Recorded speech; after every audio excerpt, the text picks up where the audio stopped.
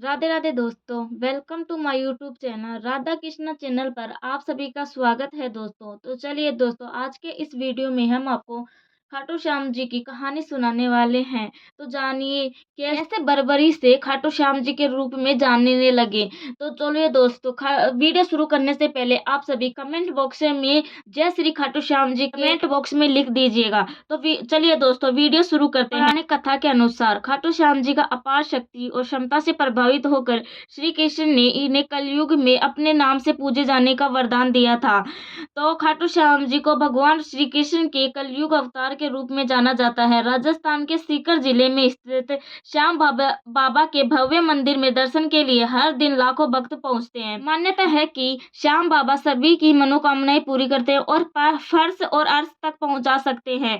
खाटू श्याम बाबा का संबंध महाभारत काल से माना जाता है। यह पांडु पुत्र भीम के पुत्र थे। पौराणिक कथा के अनुसार खाटू श्याम की अपार शक्ति और क्षमता से प्रभावित होकर श्री कृष्ण ने इन्हें कलयुग में अपने नाम से पूजे जाने का वरदान दिया था।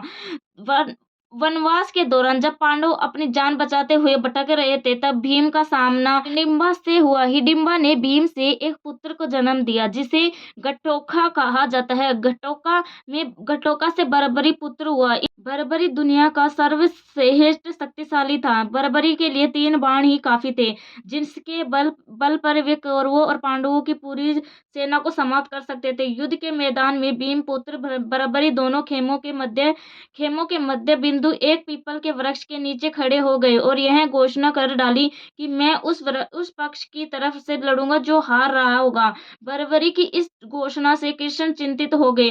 भीम के पुत्र बर्बरी के समक्ष जब अर्जुन था, भगवान श्री कृष्ण उसकी वीरता का चमत्कार देखने के लिए उपस्थित हुए। तब बर्बरी ने अपनी वीरता का छोटा सा नमूना मात्र ही दिखाया। कृष्ण ने कहा कि यह जो वृक्ष है, इसके सारे पत्तों को एक ही तीर से छेद दो तो मैं मान जाऊंगा। बर्बरी ने आज्ञा लेकर तीर को वृक्ष के ओर छेद किया और तब तीर एक एक करके सारे पत्तों को छेदता जा रहा था। उसी दौरान एक पत्ता टूटकर नीचे गिर पड़ा। कृष्ण ने उस पत्ते पर यह सोचकर पैर रखकर उसे पूछा लिया कि यह छेद होने से बच जाएगा, लेकिन सभी पत्तों को छेदता हुआ वह तीर कृष्ण के पैरों के पास आकर रुक गया।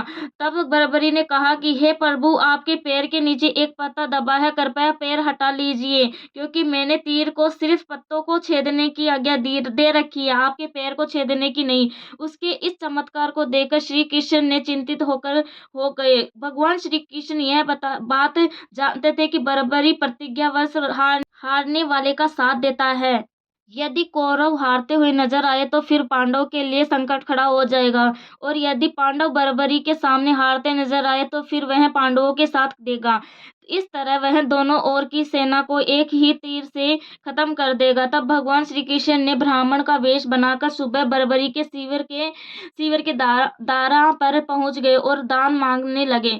बर्बरी ने कहा, मांगो ब्राह्मण, क्या चाहिए? ब्राह्मण रूपी कृष्ण ने कहा कि तुम दे ना सकोगे, लेकिन बर्बरी कृष्ण के जाल में फंस गए और कृष्ण ने उससे उसका शीश मांग लिया। बर्बरी धारा अपने पितामह पांडवों की विजय हेतु स्वेच्छा के साथ शीश दान दे दिया। बर्बरी के इस बलिदान को देखकर दान के पश्चात श्री कृष्ण ने बर्बरी को कलयुग में स्वयं के नाम से पूजित होने का वर दिया। आज बर्बरी को खाटू श्याम जी के नाम से जाना जाता है। जहाँ कृष्ण ने उसका शीश रखा था, उस स्थान को खाटू श्याम जी का नाम दे दिया। तो दोस्तों, अगर आपको वीडियो पसंद आए तो लाइक, सब्सक्राइब एंड शेयर जरूर कर दीजिएगा।